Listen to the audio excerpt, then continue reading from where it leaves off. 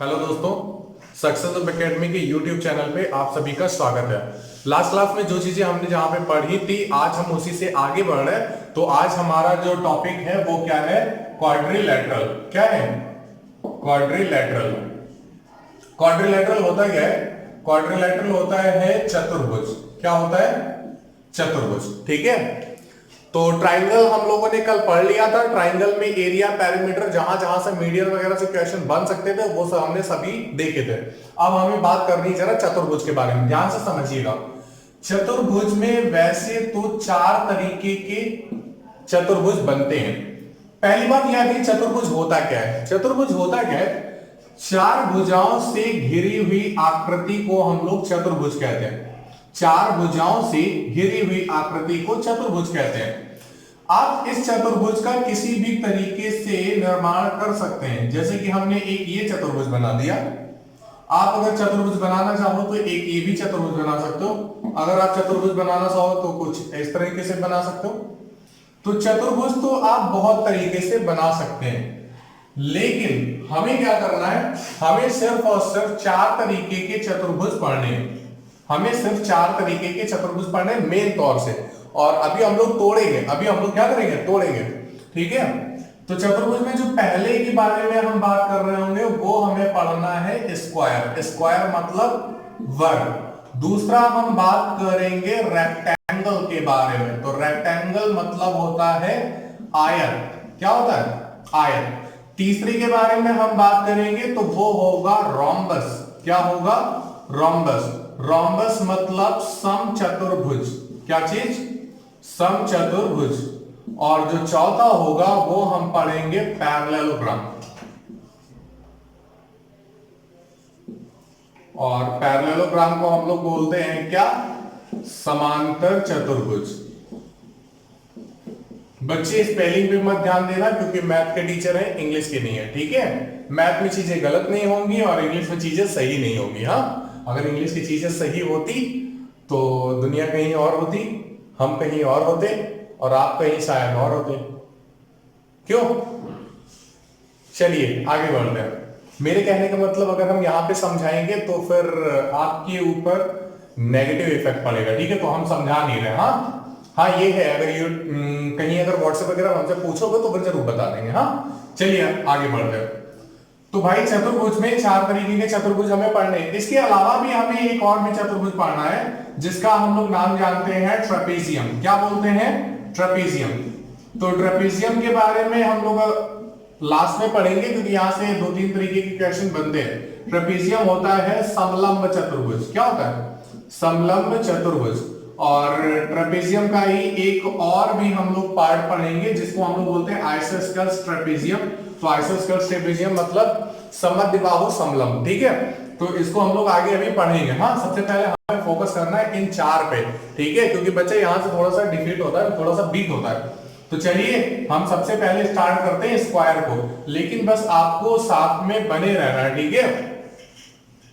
तो बस भरोसा मत तोड़ना। हाँ, हम बिल्कुल जिस तरीके से क्लास में पढ़ते हैं उसी तरीके से पढ़ेंगे। ठीक है। मेरा ये उद्देश्य नहीं कि हम 10-15 मिनट की वीडियो बना करके आप बस पब्लिसिटी कमाएं। ठीक है। तो ऐसा कुछ भी नहीं है। हम आपको सिर्फ सिखाने के लिए यहाँ पे आए। ओके ना? और ना तो तुमसे पैसे ले रहे हैं। ठीक है। पैसे दे रहे हो क्या? कोई पैसे नहीं दे रहे ना? हाँ ठीक है, देना मत, वरना फिर क्या पता सीपी सर को पे कर रहे हो। क्यों? चलिए, हमारा सबसे पहला टॉपिक क्या है? स्क्वायर। स्क्वायर मतलब वर्ग। एक ऐसा चतुर्भुज जिसकी सभी भुजाएं बराबर होती हैं। All sides are equal.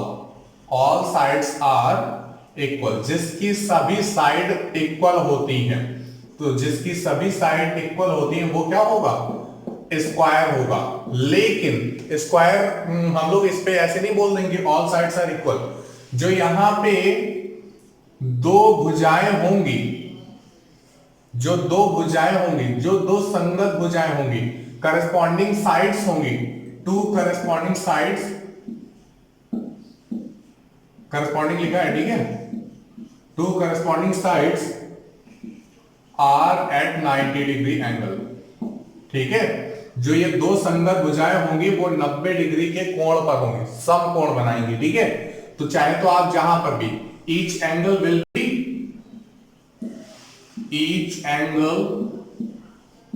be a right angle. ठीक है, तो प्रत्येक कोण जो होगा वो कैसा होगा, समकोण बनाएगा। कैसा होगा, समकोण बनाएगा। ठीक है, चलो भाई देखो, अब हम लोग क्या करते हैं, एक जरा अच्छा सा फिगर बना लेते हैं ताकि आपको समझ में चीजें आए। हाँ, और हम क्या करेंगे, डायरेक्टली सब कुछ यहीं से समझेंगे। स्क्वायर अगर ना लग रहा हो तो उसको समझ लेना। ठीक है, वैसे लग तो नहीं रहा है। हाँ, लग रहा है क्या आपको, नहीं लग रहा है ना, चलो अब थोड़ा बहुत लग रहा होगा। वैसे यहाँ पे भी बेंड हो गया, तो इसकी क्या है, इसकी चारों साइड्स इक्वल है। ठीक है, और प्रत्येक 90-90 डिग्री पर काट रहे हैं। ठीक है, और एक चीज ये, जैसे कि सपोज कर लो हमने इसका नाम रख दिया ए बी सी और डी। अगर हम इसके डायगोनल्स को ड्रॉ करें, तो डायगोनल एसी और डायगोनल बीडी, डायगोनल मतलब होता है विकर्ण। क्या होता है, विकर्ण। तो विकर्ण की जो लंबाई होगी वो आपस में बराबर होगी। तो AC का जो मान है वो विकर्ण BD के मान के बराबर है। कहने का मतलब ये है डायगोनल्स आर इक्वल। कहां पर, जब स्क्वायर बनेगा, जब वर्ग बनेगा तो वहां पर विकर्ण कैसे होंगे, बराबर होंगे। और हमने आपको बता रखा था कि ऑल साइड्स आर इक्वल। जब सभी भुजाएं बराबर हैं तो AB बराबर BC बराबर CD बराबर DA, AB बराबर BC बराबर CD बराबर DA। मेरे ख्याल से आपको इतनी चीजें तो पता ही होंगी, आपको आता होगा। चलिए अच्छा, हम लोग आगे बात करते हैं। ठीक है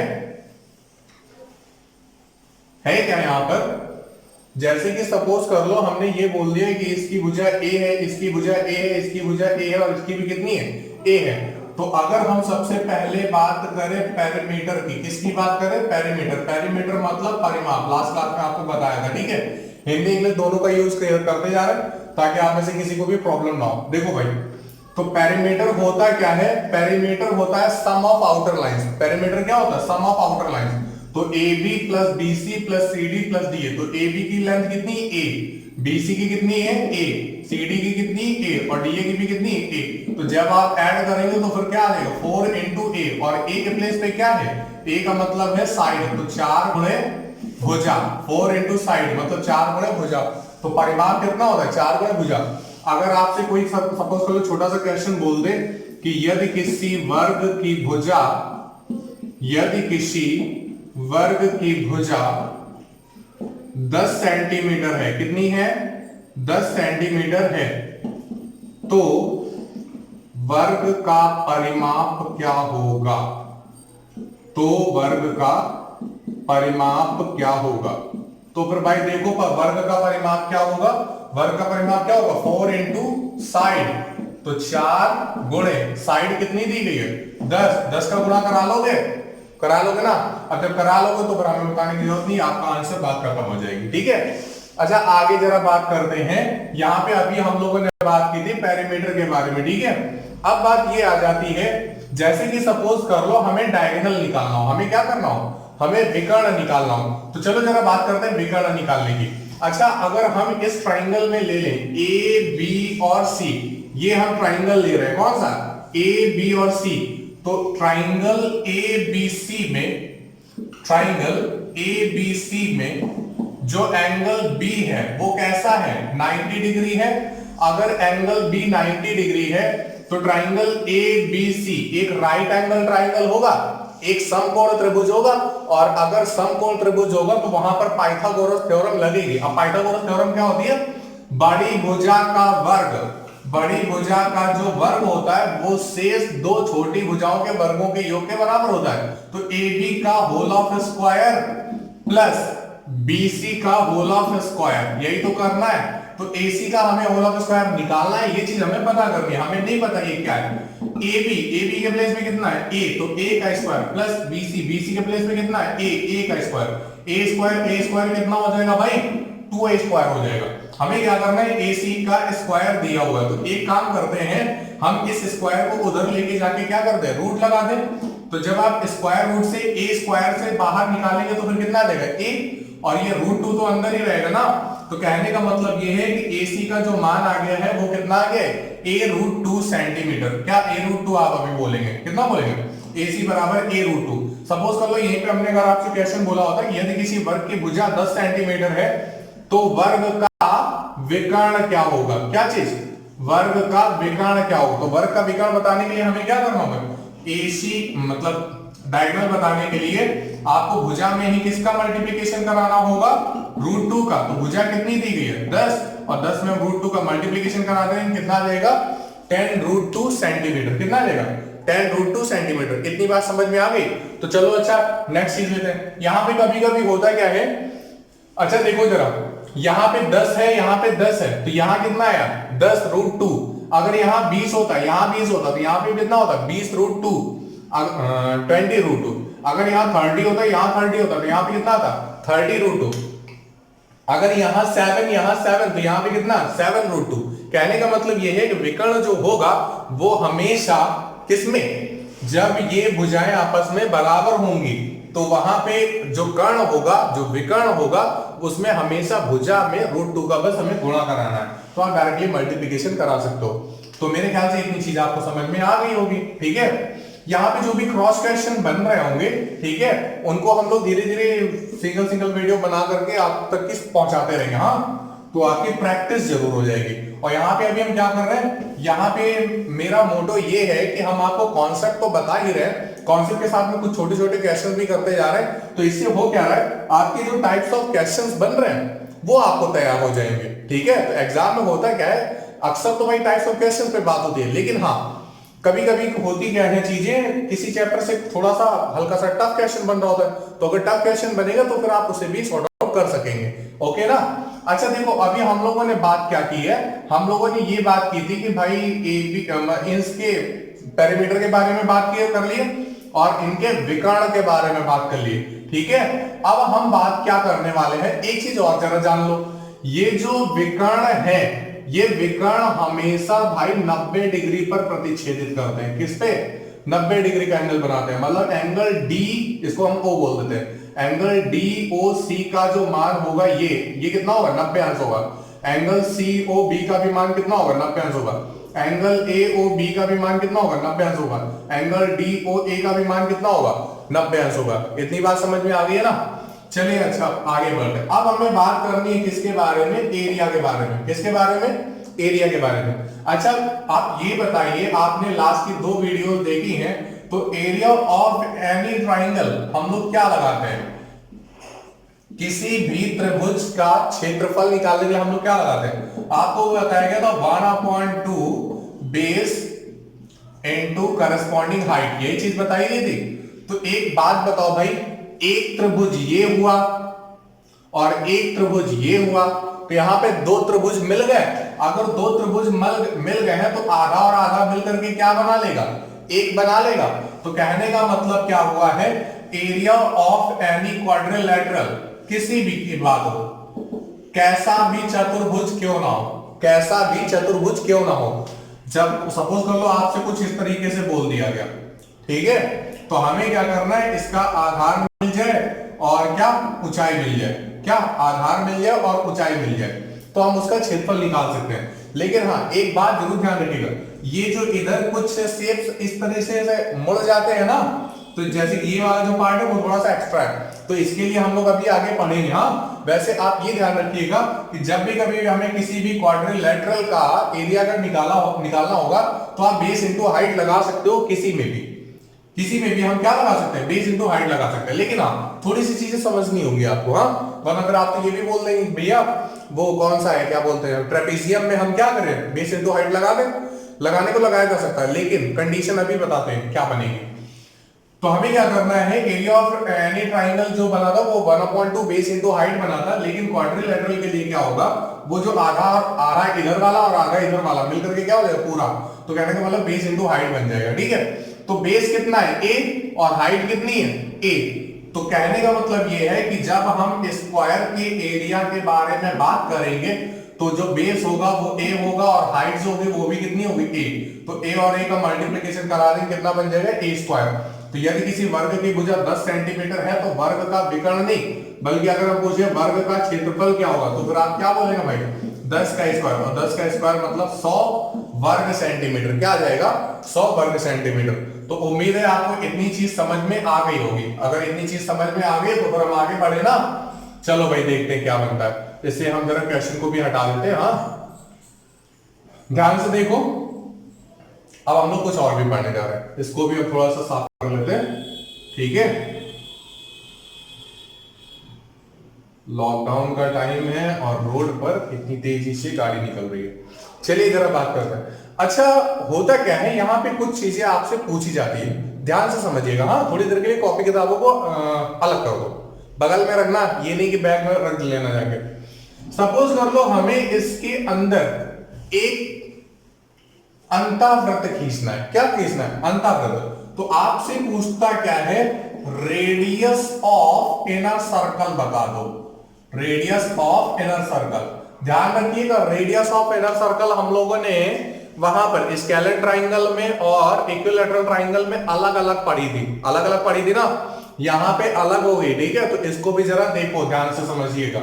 हमें अगर ना रेडियस निकालनी ना, अच्छा एक बात बताओ, इनर सर्कल बनेगा तो वो कुछ इस तरीके से बनेगा। क्यों? यहां पे टच नहीं कर रहा है तो इसका मतलब ये है कि आपको टच करना मान लेना है, ठीक है, कि ये यहां पे टच कर रहा है। मेरी ज्योमेट्री काफी अच्छी है, बस आलेखन सही नहीं है, ठीक है।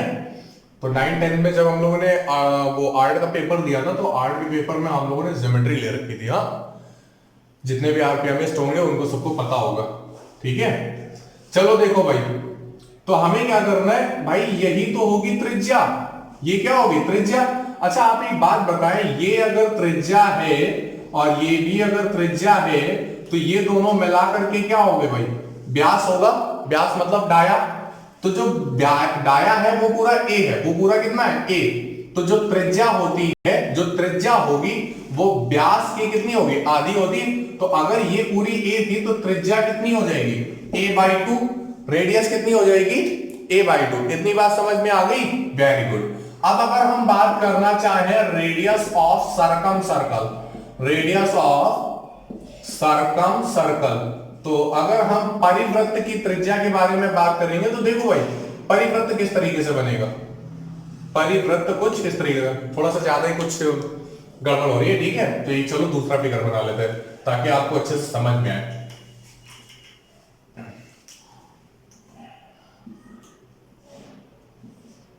ये कोई स्क्वायर था, हमें क्या करना है, इसके बाहर से एक परिवृत्त खींचना है। और परिवृत्त क्या होता है? जो इनके शीर्षों को, किसी भी आकृति के शीर्ष को छू करके जाए, ठीक है। तो ये देखो सभी टच करके जा रहे हैं। हाँ चलिए जरा हम लोग बात करते हैं भाई। अच्छा एक बात बताइए, यहां पे कहीं ना कहीं इस सर्कल का भी सेंटर होगा और साथ ही साथ वृत्त के जी ये वर्ग के जो विकर्ण होंगे वो भी यहीं पर काट रहे होंगे। तो हमें करना क्या है, अगर हम इसके डाया की बात करें, अगर हम इसके व्यास की बात करें तो व्यास जो होगा वो कुछ इस तरीके से बन रहा होगा। व्यास क्या होगा? कुछ इस तरीके से बन रहा होगा। अच्छा एक बात बताओ, अगर ये a थी, ये भी a थी, तो ये कितनी होगी? a√2 होगी। कितनी होगी? ये पूरी a√2 होगी। हाँ होता क्या है, आपसे हमने त्रिज्या पूछी है। क्या पूछी? त्रिज्या। तो जो रेडियस होती है वो डाया की हाफ होती है। क्यों? तो डाया देखो पूरा कितना दिया है? a√2 और हाफ हमें करना है, तो √2 से 2 में भाग कराओ, कितने बार? √2 बार। तो कहने का मतलब ये है जो त्रिज्या आई है वो कितनी आई है? a/√2 आई है। कितनी? a/√2। मतलब भुजा में √2 से भाग कराना है। यहां पे भुजा में क्या करना था? 2 से भाग कराना है। तो रेडियस ऑफ इनर सर्कल कहां पर? जब हम लोग स्क्वायर की बात कर रहे होंगे, जब हम लोग वर्ग की बात कर रहे होंगे, तो वहां पे भुजा का आधा ही क्या हो जाता है भाई?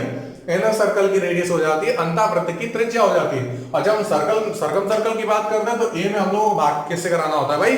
√2 से भाग कराना होता है। अच्छा है क्या, आपसे एग्जाम में ये नहीं पूछेगा कि रेडियस ऑफ इनर सर्कल क्या है, रेडियस ऑफ सर्कम सर्कल क्या है। आपसे डायरेक्ट ये पूछता है कि इन दोनों के बीच में अनुपात क्या होता है। आपसे क्या पूछेगा? इन दोनों के बीच में अनुपात क्या होता है। आपको हमने लास्ट क्लास में जब हमने इक्विलैटरल ट्रायंगल पढ़ाया था तो वहां पे भी रेडियस ऑफ इनर सर्कल और रेडियस ऑफ सर्कम सर्कल के बीच में रेशियो समझाया गया था, ठीक है।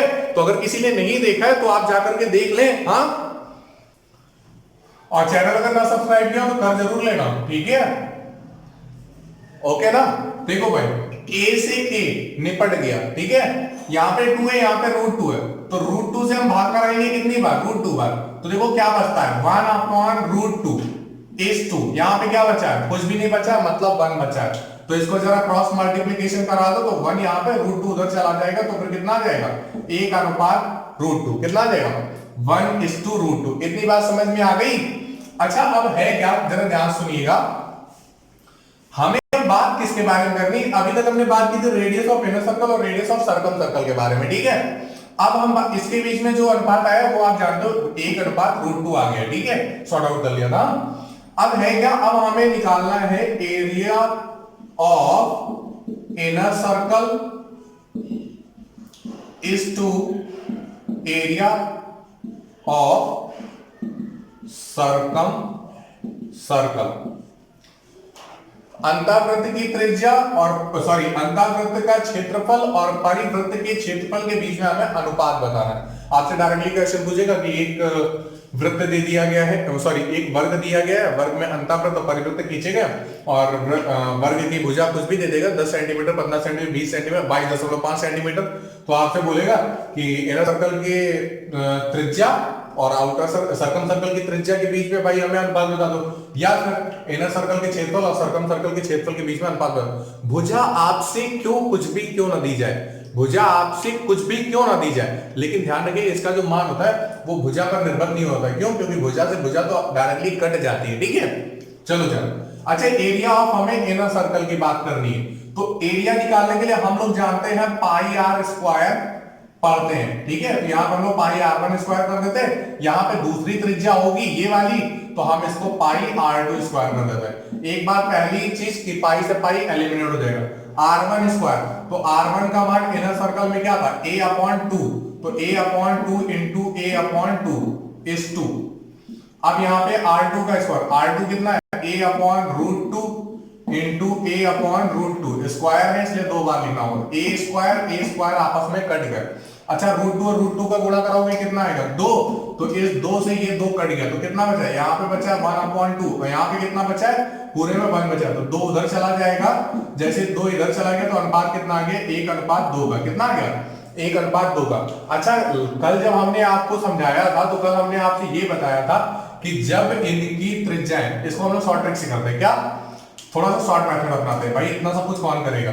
आपको ये पता है कि इनकी त्रिज्याओं के बीच में जो अनुपात होता है वो 1/√2 होता है, कितना 1:√2 होता है, ठीक है। तो अगर हमें एरिया के बीच में रेशियो बताना है, अगर हमें एरिया के बीच में रेशियो बताना है, तो फिर आप क्या करें, ये जो रेडियस दी है इनका डायरेक्टली स्क्वायर कर दो, तो 1 का स्क्वायर कितना होता है 1 और √2 का स्क्वायर कितना होता है 2, तो यही इनके बीच में अनुपात आ जाएगा, कितना 1/2 का। इतनी बात समझ में आ गई है। अरे बोलो भाई, तो आपसे डायरेक्टली क्वेश्चन यहां से दो तरीके से बन सकते हैं कि अंतःवृत्त की त्रिज्या और परिवृत्त की त्रिज्या के बीच में अनुपात बताओ, तो कितना होता है 1/√2। आपसे ये भी पूछ सकता है अंतःवृत्त के क्षेत्रफल और परिवृत्त के क्षेत्रफल में अनुपात बताओ, कितना होता है 1/2। तो इतनी बात समझ में आ गई है ना।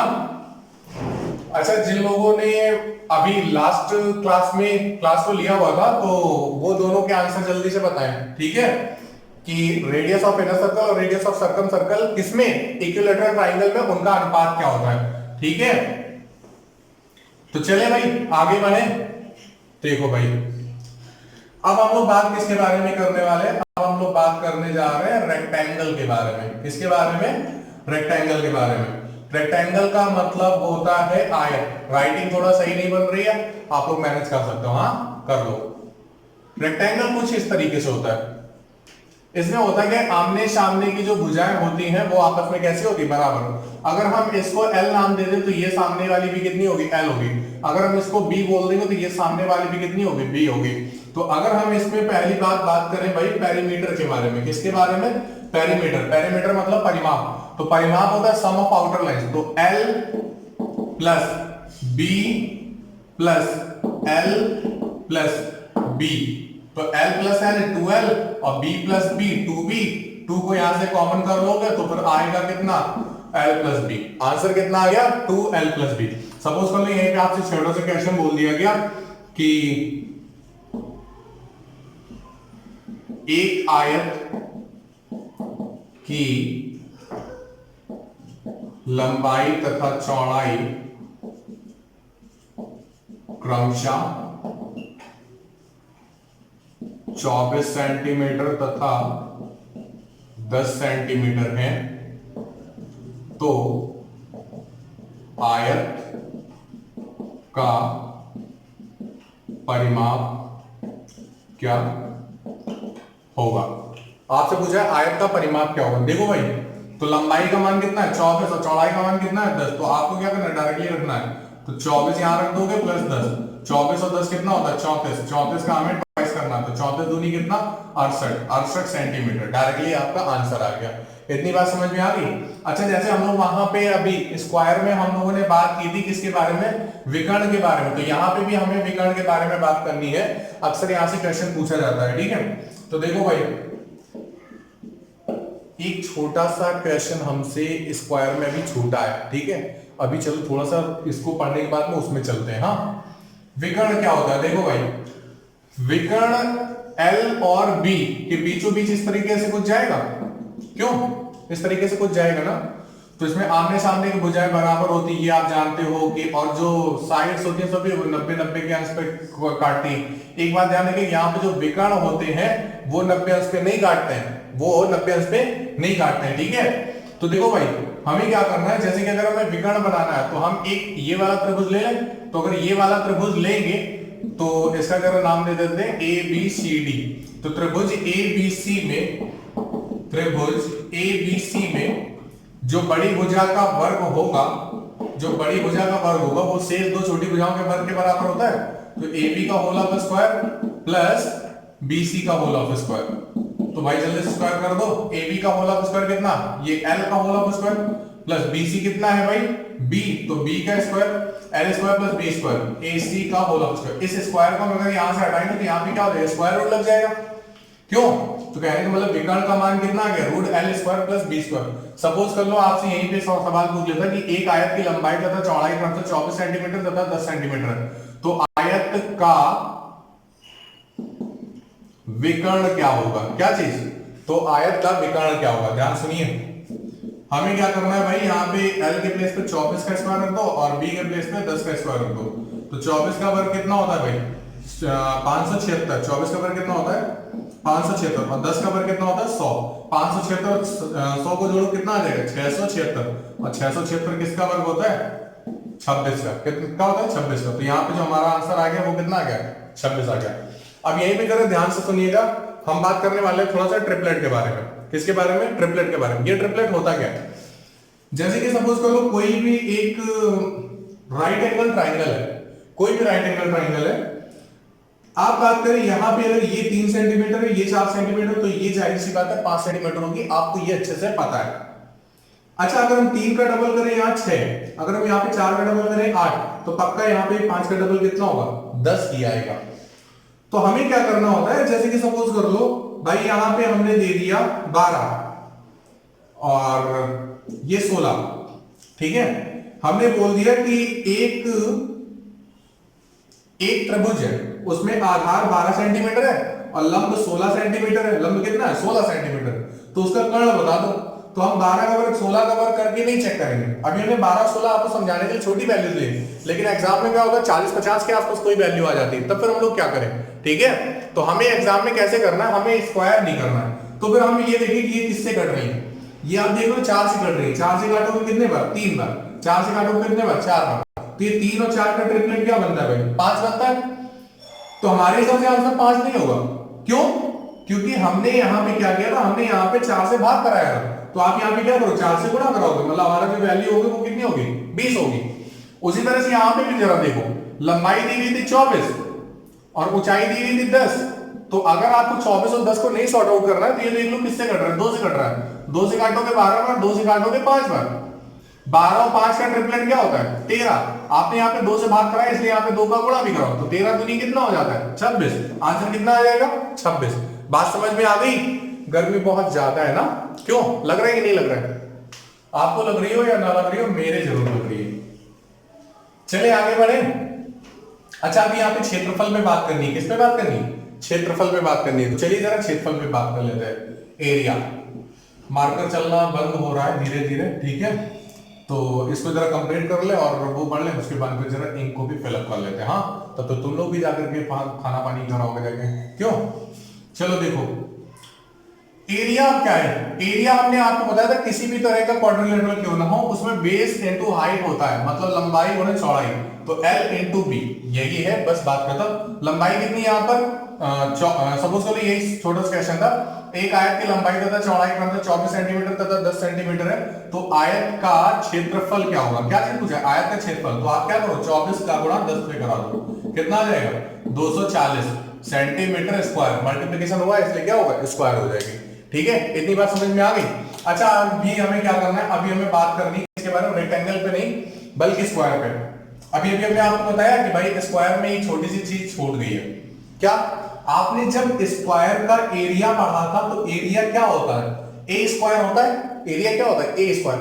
कभी कभी होता क्या है, आपसे भुजा का मान नहीं देगा, सीधे विकर्ण का मान दे देगा, विकर्ण दे देगा और क्षेत्रफल पूछता है। तो विकर्ण से हम फिर इधर जाए, मतलब बहुत सारा फिर टाइम लगेगा। तो फिर हम क्या करें, आप इधर देखो जरा, हम अगर विकर्ण का वर्ग कर दें, अगर हम विकर्ण का वर्ग कर दें और 2 से भाग करा दें, तो भी एरिया निकल आएगा। कैसे? विकर्ण जो था वो a√2 था, तो a√2 का हम स्क्वायर करेंगे, 2 से भाग करेंगे, तो a का वर्ग करेंगे, a का वर्ग आएगा, √2 स्क्वायर करेंगे 2 आएगा, और यहाँ पर 2 से 2 काट देंगे, तो फिर देखो एरिया कितना है? a स्क्वायर के बराबर हो जाएगा। तो कहने का मतलब ये है कि जब कभी भी अगर इस तरह से क्वेश्चन आ रहा हो तो फिर आप आसानी से कर पाएंगे, ठीक है। सपोज कर लो अगर हम यहीं भी ये बोल देते, एक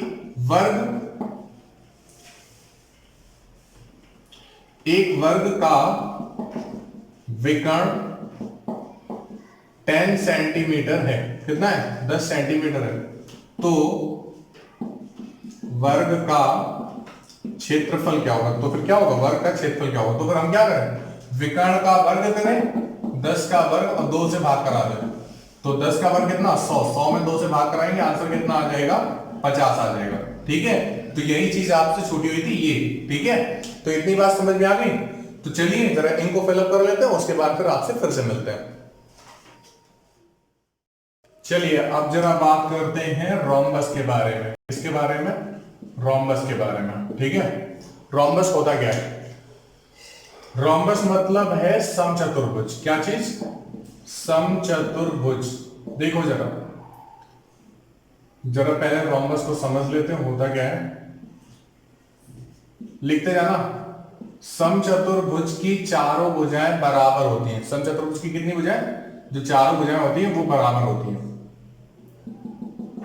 समचतुर्भुज के जो विकर्ण होते हैं, समचतुर्भुज के विकर्ण जो होते हैं वो 90 अंश पर प्रतिच्छेदित करते हैं।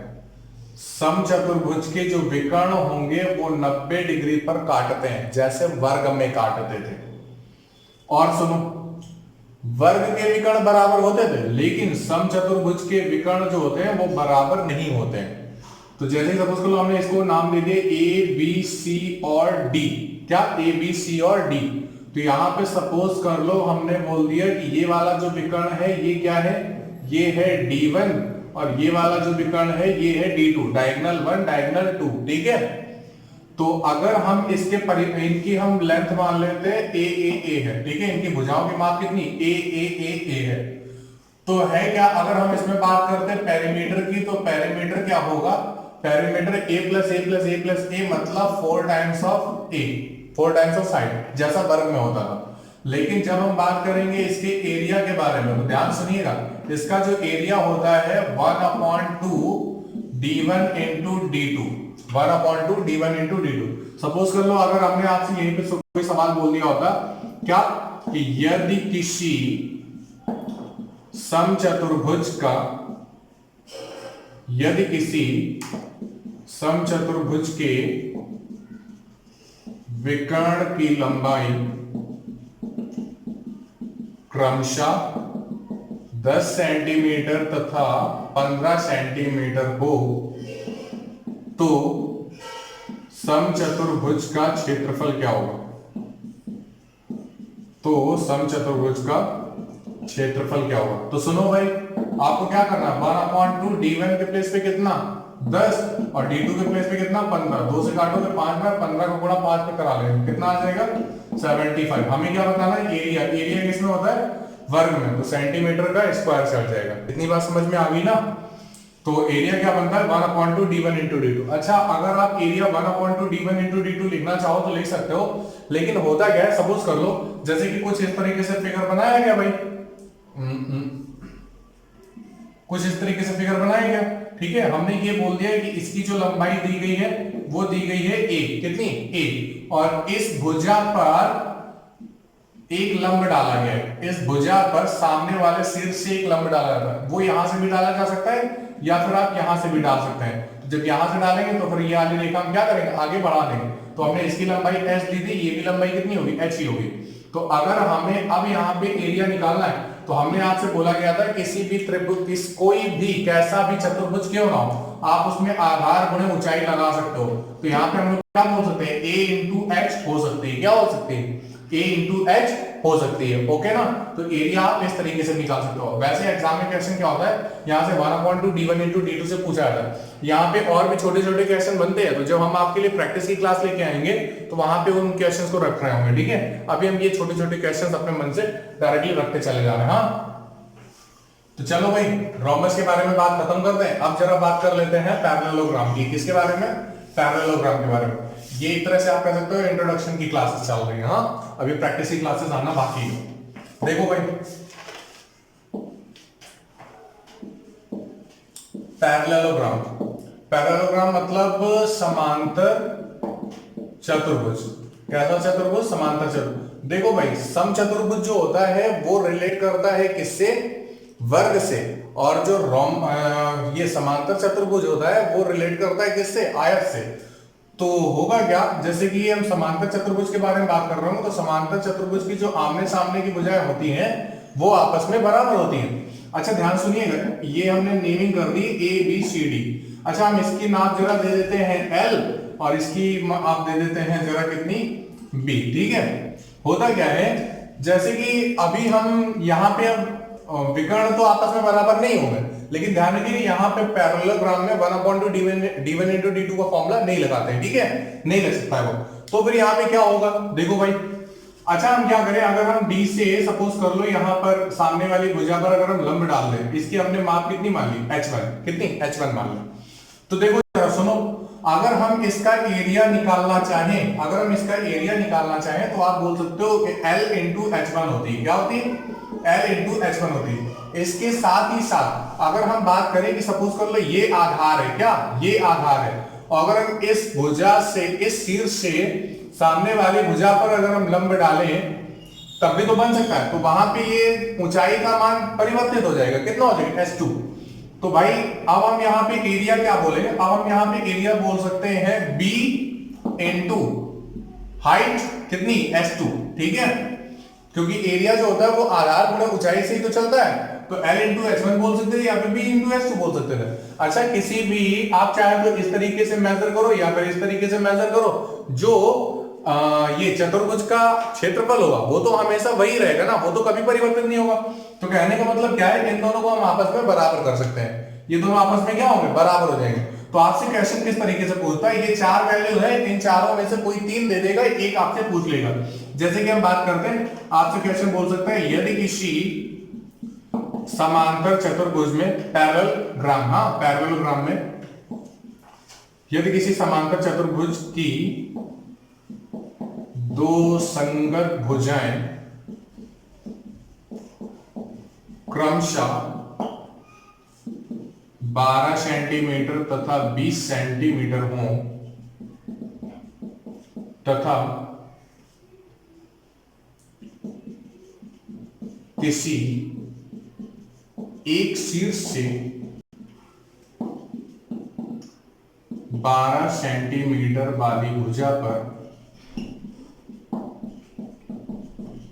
खींचे गए लंब की माप 15 सेंटीमीटर हो तो कौन सी थी, 12 किसमें, 12 से डला ना, तो 20 सेंटीमीटर वाली भुजा पर, नीचे दिख रहा होगा, अगर ना दिख रहा हो तो फिर देखो क्या बोला, खींचे गए लंब की माप क्या होगी, खींचे गए लंब की माप क्या होगी। तो देखो भाई हमें क्या करना है, L into H one equal to B into H two लगाएंगे, चलो लगा देते हैं। तो L मतलब लंबाई, तो लंबाई हम कितनी ले लें भाई 20, और चौड़ाई कितनी 12, ठीक है। और आपसे क्या बोला गया है, 12 सेंटीमीटर वाली भुजा पर खींचे गए लंब की लंबाई, तो 12 सेंटीमीटर वाली लंब की लंबाई कितनी दी गई है, 15 दी गई, तो यहाँ पे आप गुणा करा दें। हमें क्या करना है, 20 वाले पे भुजा पता नहीं, तो हम इसको x मान लेते हैं भाई, मल्टीप्लिकेशन करा तो 5 दिया 15, 5 हो गए 20, 4 से कटिंग कितने बार, 4 दिया 12, तीनों तीन का गुणा करा दो तो x की वैल्यू कितनी आ जाएगी 9। तो कहने का मतलब ये है कि जो दूसरे की जो हाइट होगी वो कितनी हो जाएगी, 9 सेंटीमीटर हो जाएगी। इतनी बात समझ में आ गई है ना। तो चलिए जरा आगे बढ़ते हैं, ये अब हमारी पैरेललोग्राम का भी टॉपिक खत्म होता है, ठीक है। यहाँ से ज्यादा कुछ इस तरीके के क्वेश्चन नहीं बनते हैं, ठीक है। तो ये ध्यान रखिएगा, जब भी कभी भी यहाँ पे मेंसुरेशन से क्वेश्चन आता है, तो मेंसुरेशन से क्वेश्चन कहां से आएगा, मेंसुरेशन से क्वेश्चन या तो ट्राइंगल से पूछा जाता है या तो सर्कल से पूछा जाता है मोस्टली, ठीक है। वरना फिर यहाँ से भी आते हैं, ऐसा नहीं है नहीं आते हैं, ठीक है। काफी अच्छी अच्छी चीजें पूछी जाती हैं। चलिए पैरेललोग्राम की बात खत्म होती है, रोम्बस पे हमने बात कर ली थी। अब जरा बात कर लेते हैं ट्रेपेजियम के बारे में। किसके बारे में, ट्रेपेजियम के बारे में। ट्रेपेजियम मतलब समलंब या फिर समलंब चतुर्भुज भी आप इसे बोल सकते हो, ठीक है। सुनो एक्चुअल में समलंब चतुर्भुज होता क्या, जैसे कि दो समांतर रेखाएं, ठीक है, और वो कुछ इस तरीके से दो समांतर रेखाएं और दो असमांतर रेखाएं, जो आमने सामने की भुजाएं होनी चाहिए, तो दो समांतर रेखाएं होनी चाहिए और दो असमांतर रेखाएं होनी चाहिए, तो फिर समलंब चतुर्भुज का निर्माण हो जाएगा। आप कुछ इस तरीके से भी ये चतुर्भुज बना सकते हैं, ठीक है। ये भी कैसा है, ये भी समलंब चतुर्भुज है, ठीक है। तो चलिए हम जरा इस वाले चतुर्भुज को लेकर के जरा समझते हैं। सपोज कर लो अगर हमने इसकी भुजा ए बोल दी और ये भुजा हमने कितनी बोल दी बी, क्योंकि समांतर है लेकिन समान नहीं है, ठीक है। तो ए और ये बी, और इनकी भी हाइट कुछ ना कुछ हो गए, तो ये ध्यान रखिए कि ये स्लैंट हाइट है, हाइट नहीं है। तो फिर हम इनकी जरा हाइट को मान लेते हैं कि ये हाइट कितनी h है। तो देखो भाई ट्रेपेजियम का एरिया का फॉर्मूला क्या बनता है, एरिया के यहां से डायरेक्टली क्वेश्चन पूछे जाते हैं। तो सुनो भाई एरिया का फॉर्मूला क्या बनता है, 1/2 सम ऑफ पैरेलल साइड, इंग्लिश में हिंदी में क्या बोलोगे,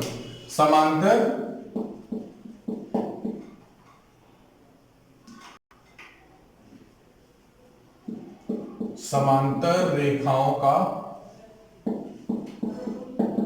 योग गुणे बीच की दूरी, ठीक है। तो देखो 1/2 सम ऑफ पैरेलल साइड, समांतर रेखाओं का योग क्या है, ए और बी, ए प्लस बी इनटू बीच की दूरी, तो इन दोनों के बीच की दूरी कितनी है h, ठीक है। तो सपोज कर लो अगर आपसे कोई क्वेश्चन बोला जाए, यदि किसी क्वेश्चन आप लिख लीजिएगा, ठीक है। यदि किसी समांतर चतुर्भुज में जो समांतर रेखाएं हैं वो क्रमशः कितनी है, 40 सेंटीमीटर तथा 10 सेंटीमीटर है, कितनी 40 सेंटीमीटर तथा 10 सेंटीमीटर, तथा इनके बीच की जो ऊंचाई है, इन दोनों के बीच की जो दूरी है वो है कितनी 15 सेंटीमीटर, कितनी है 15 सेंटीमीटर। तो आपको इसका क्षेत्रफल बताना है, तो हम क्या करें 1/2 सम ऑफ पैरेलल साइड, तो 40 और प्लस 10 कितना हो जाएगा 50 हो जाएगा, इनटू हाइट कितनी है 15 दी गई है। तो 2 से जल्दी से भाग करोगे कितना आ जाएगा 25, और 25 का गुणा हमें किसमें कराना है 15। तो आज के लिए आपको यही होमवर्क होगा, आपको इसका आंसर बताना है, ठीक है। तो चलो जल्दी से हम इसको हटा देते हैं, हाँ, और इसको खत्म करके अब हम लोग बात कर लेते हैं। एक और छोटा सा टॉपिक है 2-3 मिनट का, बस उसको जरा समझ लो भाई। होता क्या है, आपने ये समझ लिया कि ट्रेपेजियम होता क्या है। अब हम बात कर लेते हैं आइसोस्केलस ट्रेपेजियम। क्या, आइसोस्केलस ट्रेपेजियम या फिर आइसोसेलेस ट्रेपेजियम। आइसोसेलेस ट्रेपेजियम मतलब समद्विबाहु समलंब। क्या, समद्विबाहु समलंब होता क्या है, जरा देखो। समद्विबाहु समलंब भी एक तरह से उसी तरीके का समलंब होता है, लेकिन इसमें थोड़ा सा शेप कुछ अलग होता है।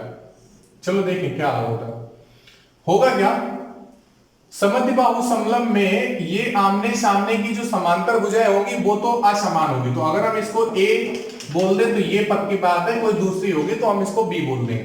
लेकिन समद्विबाहु समलंब में होता क्या है, ये जो दो तिर्यक रेखाएं होती हैं जो ये दो असमांतर रेखाएं होती हैं इनकी लंबाइयां आपस में बराबर हो जाती है। इनकी लंबाइयां आपस में क्या हो जाती है? बराबर हो जाती है। तो चलिए जरा बात करते हैं, ध्यान सुनिएगा।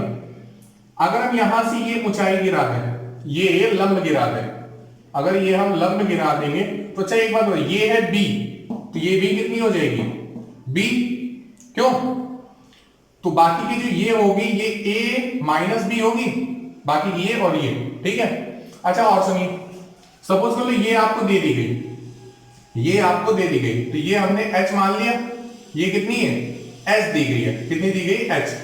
और अगर आपको ये दे दी जाए, सपोज कर लो कुछ भी दे दी जाती है c, तो एक बात बताओ यहाँ पे ये 90 डिग्री का एंगल बन रहा है, तो ये कर्ण का वर्ग और लंब का वर्ग निकाल करके ये हम आधार का वर्ग निकाल सकते हैं, निकाल सकते हैं ना। कहने का मतलब यहाँ पे इस तरीके से क्वेश्चन आएगा कि आपसे फिगर बनाएगा और फिगर बना करके ये वैल्यूज लिख देगा, ठीक है। तो उम्मीद करते हैं कि आपको आइसोसेलेस ट्रेपेजियम में समझ में आ गया होगा कि यहाँ पे आइसोसेलेस ट्रेपेजियम ट्रेपेजियम से अलग कैसे होता है। इसमें ये जो तिर्यक रेखाएं होती है, मतलब जो असमांतर रेखाएं होती है, वो आपस में कैसे होती है? बराबर होती है। एक चीज और है, आप एज अ फ्रेंड हम आपको पढ़ा रहे हैं, ठीक है, तो आपको हम डायरेक्टली बता देते हैं आज की क्लास उस हिसाब से उतनी अच्छी नहीं हुई जितनी हम करना चाह रहे थे, ठीक है। रीजन क्या है? एक्चुअल में यहाँ पे आपको बता रखा है, स्टूडियो नया था, ठीक है, जल्दबाजी में बनाया हुआ था, तो यहाँ पे ऐसा कुछ अभी सिस्टम सही नहीं है, ठीक है। अगर बाई चांस फैन वगैरह चलता है तो फिर यहाँ पे कैमरे में आवाज आती है, ठीक है। और मेरा यहाँ पे माइक्रोफोन भी रखा हुआ है, माइक वगैरह, बट उसमें थोड़ा सा कुछ प्रॉब्लम आ रही है कैमरे में, इसलिए उसको लगाया नहीं जा रहा है, ठीक है। तो चलिए, मेरे ख्याल से आपको आज की जो भी चीजें हमने पढ़ाई होंगी वो आपको काफी कुछ समझ में आई होंगी, और बाई चांस अगर कहीं प्रॉब्लम है तो फिर आप हमें बताएं, हम आपको इसकी नेक्स्ट लेवल अपडेट क्लास करा देंगे, ठीक है।